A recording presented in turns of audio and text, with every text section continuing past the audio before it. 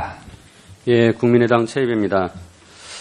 제가 STX 조선과 대우조선 실사보고서를 이제 검토하면서 이제 본 내용 중에는 이 배가 또는 해양 플랜트가 앞에서 많은 의원님들 말씀하신 것처럼 그 원가가 워낙 높아서 결국은 이걸 지으면은 손해가 나서 가능한 한 중간에라도 손을 털고 배를 안 짓는 게 나을 수도 있는데 문제는 선수금을 받은 것을 다시 환급해줘야 되는 이제 우리가 RG 콜이라고 이제 표현을 하는데 그것 때문에 손을 뗄 수가 없다. 그리고 제가 몇 차례 정부로부터 업무 보고 받으면서도 많은 경우 전체적으로 봤을 때 RG 콜이 나와서 선수금을 물어줘야 되는 것들이 우리나라 금융기관이다 보니까 결국은 국가가 모든 손해를 보게 되니 국부 차원에서라도 어떻게든 짓던 배는 돈을 더 들여서라도 싸게 줘서 비싸게 만들지만 그래도 선주에게 넘겨야 된다라는 게 이제 주요한 설명이었습니다. 그러면서 제가 그걸 보면서 느낀 게 우리가 그 위험을 RG 보험의 위험을 왜 국내화만 했을까 국외화할 수는 없었나라는 생각이 들어서 제가 좀 조사를 했는데요. 저희 그림 보시면은 조선사가 이제 보증은행이죠. 대부분 시중은행이나 국책은행으로는 산은과 이제 수은이 들어갑니다. 그렇게 보증은행에서 RG를 끊어주면 이 보증은행은 다시 이게 그러니까 조선사가 문제가 생겨서 그 선수금을 물어줘야 될 상황에 대비해서 은행은 또다시 보험회사나 우리나라는 이제 무역보험공사가 보험회사 역할을 하는 거죠. 거기에 이제 다시 보험 보증을 듭니다. 이게 이제 2008년에서 9년 사이에 중소조선사들이 부실화되면서 은행들이 보험사들에게 이제 RG 보험에 대한 청구를 했고 갈등이 생겼습니다. 그래서 당시에 이제 소송도 많았고요. 일부 보험사들은 당시에 기사를 보면 재보험에 가입을 했는데 해외 재보험사들을 가입하는 과정에 사기를 당해서 부실한 재보험사에 보험을 가입해서 돈을 받지 못해서 또 거액 손실을 입었습니다. 이러한 문제 때문에 금감원과 감사원이 나서서 보험사들 검사와 무보 감사를 실시했었고 당시에 일부 보험사들은 부실 재보험에 가입했다라는 것에 지적과 인사조치 제재를 받았고요. 무보 역시 조선사별로 인수한도를 과도하게 책정해서 RG를 끊어주고 그것으로 인해서 그 부실을 떠났다는 것으로부터 이렇게 질책을 받았습니다. 제가 이 과정에서 우리나라 금융기관들이 얼마나 위험 관리를 못하는가를 느꼈는데요. 이 당시 이렇게 보험회사들이 한번 당하고 나니까 RG 보험을 끊어주지 않습니다. 그래서 지금 산은과 수은은 RG를 발급해주고 나서 보험을 들지 않습니다. 결국 모든 위험이 국내 국책은행에 머무르고 있습니다. 저는 이 부분에 대해서 감독원이 진작 그 조치를 좀 취했어야 된다라고 생각합니다. 왜냐하면 2011년에 감독원이 나서서 그때 보험사들을 감사하면서 재보험 가입에 대한 문제점을 지적을 한 바 있었는데 전혀 그 부분에 대해서 감독기관이 역할을 하지 못했다라고 생각합니다. 우리 진흥석 금융감독원장님, 이 부분 다시 한번 전수조사를 할 필요가 있다고 생각이 들고요. 좀 규정을 제대로 만들어서 이 RG에 대한 리스크가 좀 더 분산되고 위험관리가 잘 될 수 있도록 해야 된다고 생각합니다.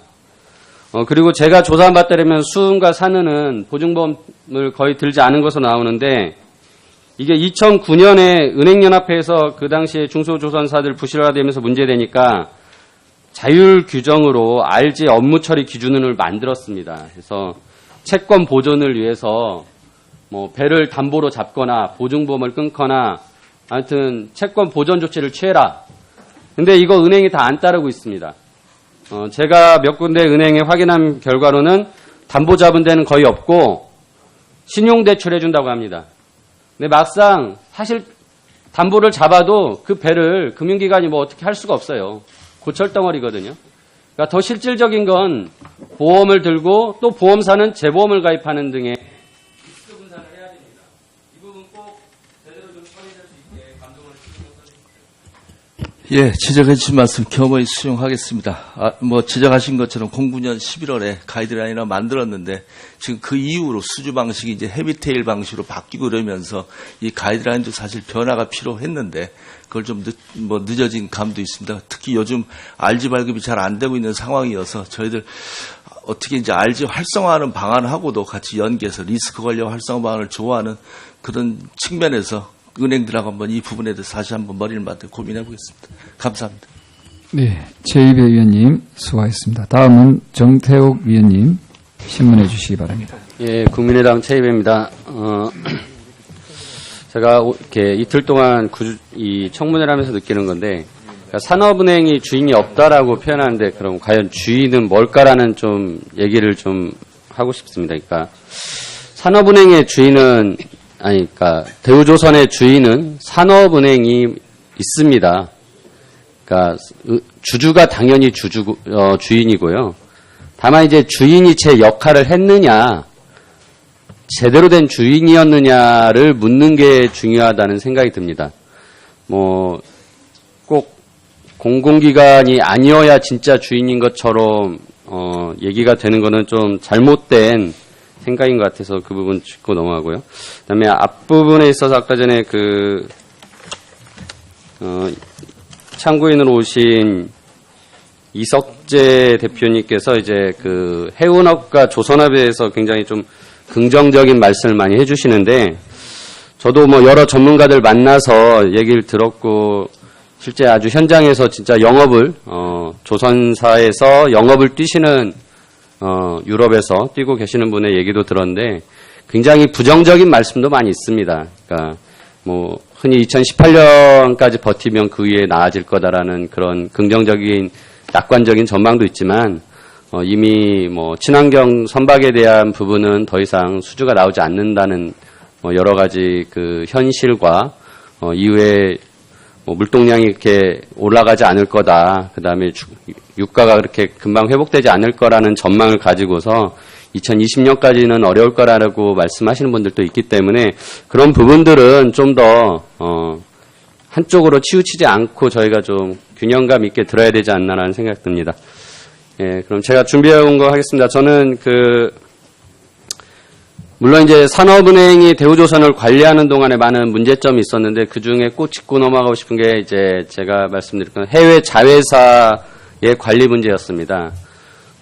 망갈리아의 조선소가 하나 있었는데요. 루마니아죠. 루마니아 망갈리아 조선소인데 재무 현황을 보시면은 맨 밑에 당기순이익만 보셔도 아시겠지만 이익이 난 적이 2007년 이후로 없습니다. 제가 확보 가능한 자료로만 봤을 때도 97년 투자 이후로 2001년과 2002년만 이익이 났고 계속 손실이었습니다.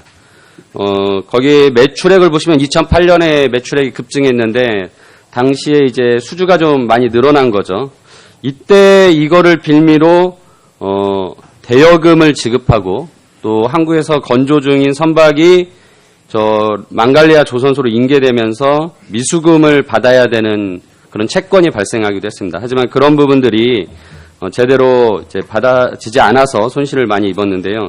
저는 이 망갈리아 조선소도 명확한 어떤 수주 능력도 없는데 일단은 수주를 과도하게 받거나 또는 저가 수주를 했던 것의 결과라고 생각합니다. 다음 페이지 보시면은요. 이게 드윈드라고 이제 풍력 발전을 하기 위해서 이제 설립된 이제 미국의 회사를 인수를 했습니다. 2009년에. 여기도 보시면은 당기순이 계속 마이너스고 2004년에 잠깐 3억 원 이익 난 거 말고는 계속 손실입니다. 그 다음 페이지 보시면요. 이것도 역시 이제 캐나다에서 설립한 풍력 발전 회사인데요. 당기순이 계속 마이너스죠. 예.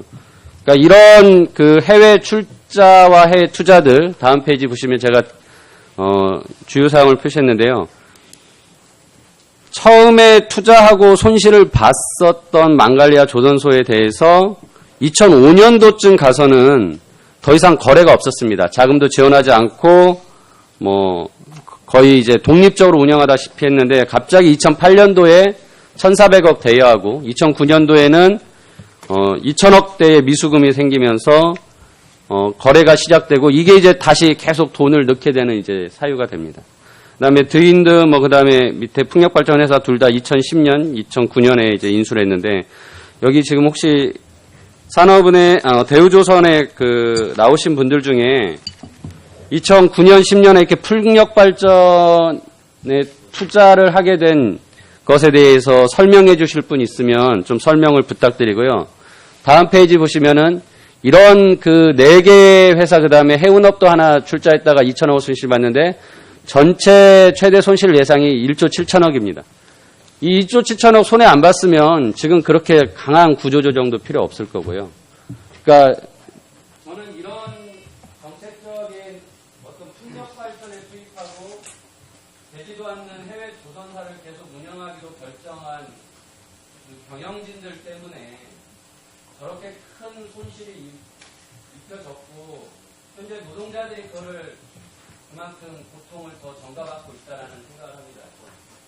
아까 말씀드렸던 이 풍력 발전과 이 앙가리아 조선소에 계속된 작은 지원과 투자를 결정했던 것에 대해서 아시는 분이 있으면은 담당자 중에서 답변해 주시고요. 없으시면은 여기는 관리본부장 나오신 조성욱 본부장님께서 이후에 좀 답변을 좀 해주셔야 될 것 같고. 우선 망갈리아 조선소는 1997년에 대우그룹 있을 때 인수를 한 회사입니다. 그리고 원래는 수리조선소와 일부 헐만 만드는 조선소였습니다. 그런데 그 조선소가 2006년에 조선이 좀 화랑이 됨으로써 신조선으로 바뀌게 됩니다. 그 바뀌는 과정에서 좀 투자가 일어났고, 그 다음에 신규 수주를 받으면서 대우조선 이 신용도가 없기 때문에 대우조선과 망갈리아 조선이 공동 이름으로 수주를 했습니다. 그러니까 선주사는 대우조선의 신용을 보고 발주를 했습니다. 그러니까 망갈리아 조선에서 일어나는 모든 손실은 결국은 대우조선이 껴안을 수밖에 없는 상황으로 갔기 때문에 할 수 없이 그쪽에서 모자라는 돈이 대여급으로 나가고 그것 때문에 이렇게 손실이 일어났는데 지금 현재 17년까지는 망갈리아 조선소에서 신조선을 이제 접을 예정입니다. 그래서 저희가 작년에 왔을 때 23척이 있던 배가 지금 현재 17척 남았고 17년까지는 모든 배가 다 신조선은 인도가 될 예정입니다. 그래서 지금 현재는 17년을 기점으로 해갖고 대우조선과 망갈리아 조선의 모든 재무적인 이 거래는 청산될 계획으로 지금 정리 중에 있습니다. 그리고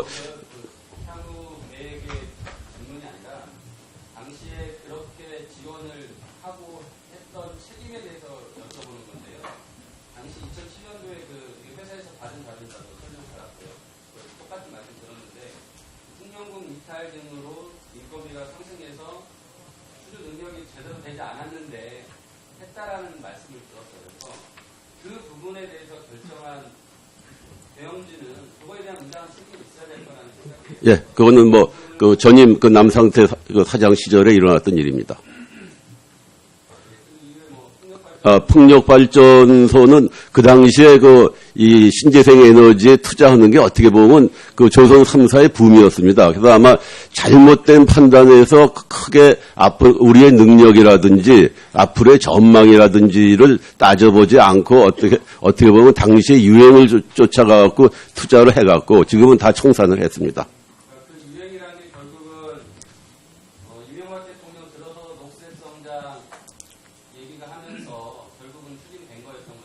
그 당시 상황은 제가 없어서 잘은 그 상황에 저는 모르겠습니다. 어떤 대우조선의 독자적인 판단이라기보다는 정부에서 그런 정책을 실행을 하는 데 있어서의 수단으로서 대우조선이 활용되지 않았나. 그 과정에는 금융당국과 제주도인 산업은행도 당연히 책임이 있지 않나라는 생각을 합니다. 그래서 아까 제가 보여드렸던 1조 7천억 원의 손실은 제가 보기에는 그만큼 정말 구조조정 과정에서 노동자들이 떠나는 몫이 아니라 정부와 당시에 그러한 판단을 했던 경영진이 떠안아야 될 것이다라는 것을 명확하게 말씀드립니다. 네, 국민의당 최유배입니다. 2008년 이후로 아마 우리나라 경제에 대해서는 계속 경고등이 많이 켜졌었던 것으로 기억이 됩니다. 근데 물론 이게 대외적으로도 그랬었고 대내적으로 특히나 정부 내부에서도 제가 말씀드렸던 금감원이나 감사원이나 또는 뭐 KDI 같은 뭐 국책연구원이나 여러 군데에서 계속 경고등을 켰는데 지금까지 그 경고등이 어떻게 되면 무시되고 온 것 같습니다.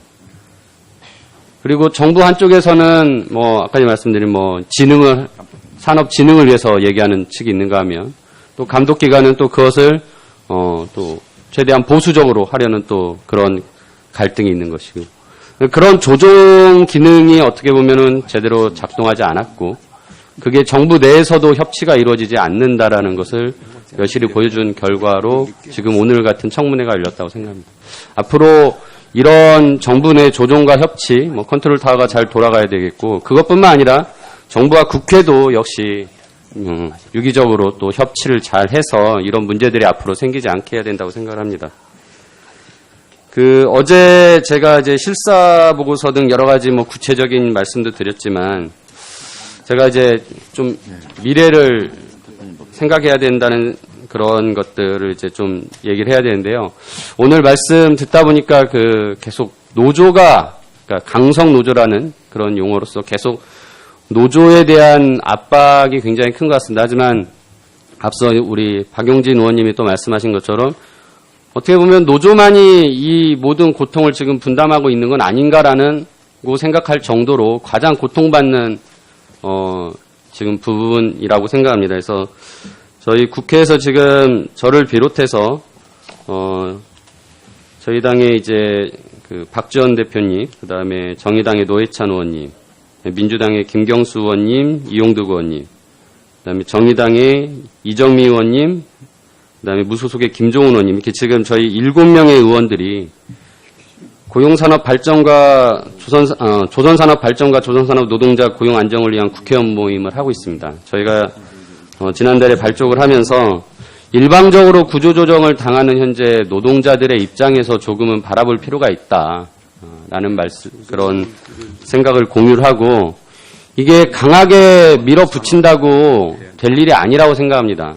그럴수록 저항은 세지고 고용에 대한 불안정 때문에 결국은 더욱더 갈등이 커집니다. 그래서 저는 이런 부분에 대해서 좀 협의체도 필요하다라고 생각을 하고요. 그래서 저희가 이제 제안드린 게 국회와 정부, 회사와 노동자의 사자 협의체가 좀 필요하다. 고용 문제뿐만 아니라 조선 산업에 대한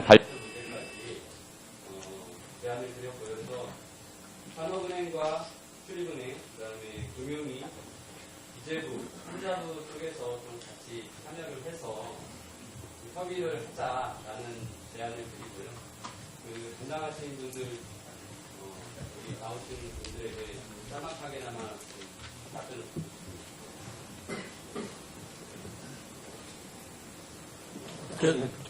예, 제가 의원님 걱정하시는 것을 잘 알겠습니다. 저희가 구조조정을 함에 있어서 이가 아까 금융위원장도 말씀하셨지만 고통을 분담을 해야 한다고 생각을 하지 어느 일방이 고통을 다 겪어야 된다고 생각하지 않습니다.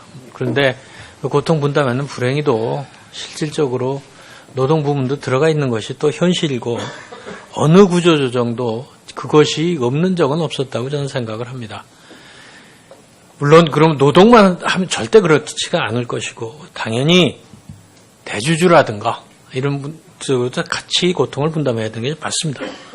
당연히 그렇게 하고 있고 저희가 그런 식으로 방향을 잡고 있다는 말씀을 드리고요.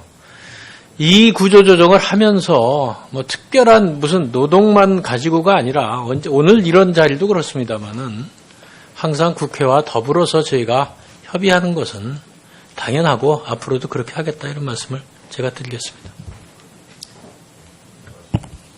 예, 부총리께서 잘 답변해 주셨기 때문에 저는 글을 대신하겠습니다.